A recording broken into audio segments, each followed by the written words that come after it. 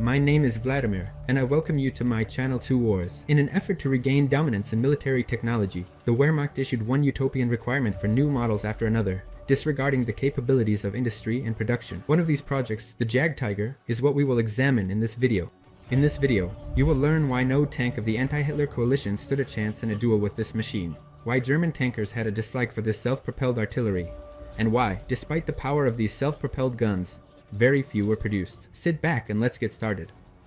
In 1942, a question arose among the high command of the Wehrmacht that had been troubling German tankers since the early days of the war. How to combat Soviet tanks. The armor penetration of the Panzer III's guns was insufficient to deal with the main Soviet tanks.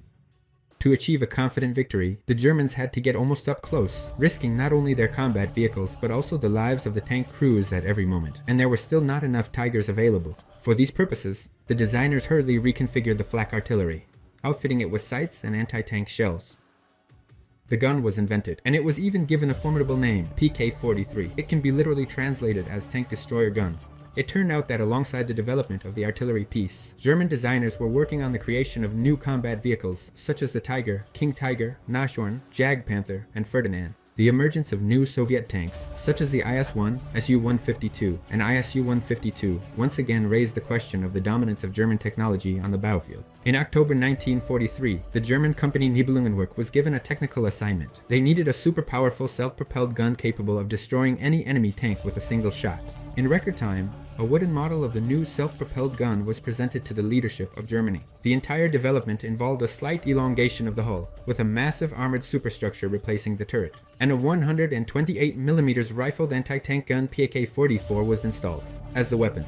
The leadership received the vehicle very well, almost immediately ordering 150 units. The Jagd, as it is sometimes called now, inherited the chassis and engine components from its predecessor, the King Tiger tank, along with its childhood ailments, some of which even worsened during production. Specifically, due to its enormous weight, the clutch discs needed to be replaced every 200 to 300 kilometers.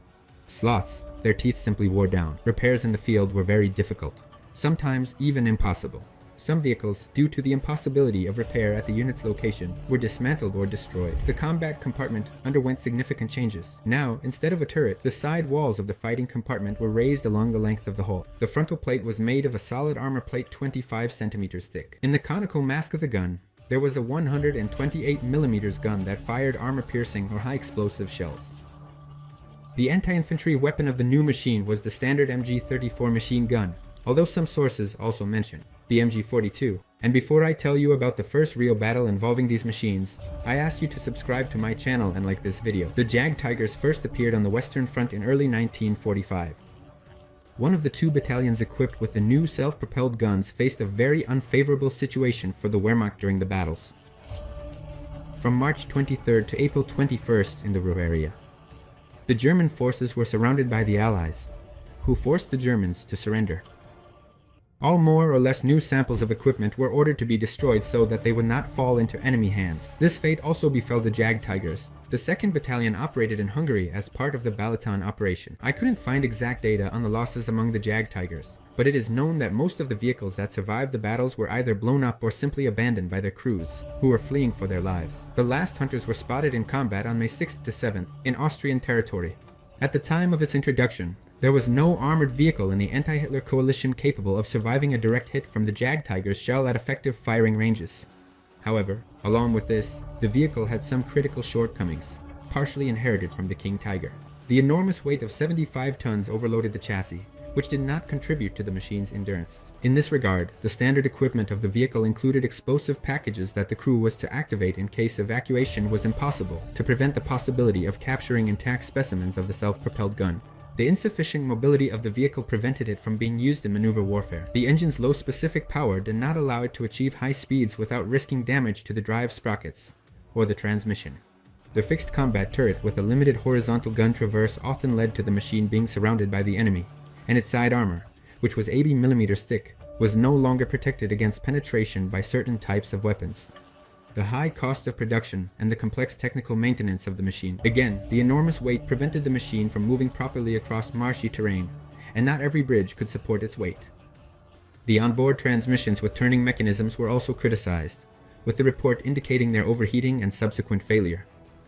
The issue of fuel overconsumption was also raised, with the difference from the specified values sometimes reaching up to 250 liters, which was strategically important gasoline for the Wehrmacht, the consumption of which was monitored almost by the general staff of the army. During its production, estimates suggest that between 75 and 90 vehicles of various configurations were produced. In the final months of the war, they even mounted 88mm guns from the Tiger. The small volume of production was dictated by a lack of raw materials, constant bombings of the manufacturing plant, and even some sabotage activities. The shortage of raw materials reached such situations that instead of the molybdenum needed for armor, vanadium was added to the metal, which reduced the viscosity of the armor while simultaneously increasing its brittleness and fragility. During tests, captured self-propelled guns by Soviet forces revealed that several hits to the frontal armor plate would lead to the failure of the Jagdtiger's transmission, simultaneously causing the destruction of weld seams or cracking of the plate itself. With the guidance of the Wehrmacht, smaller ambitions regarding the weapon, or by giving the designers additional time to create a new machine, who knows what this could have led to.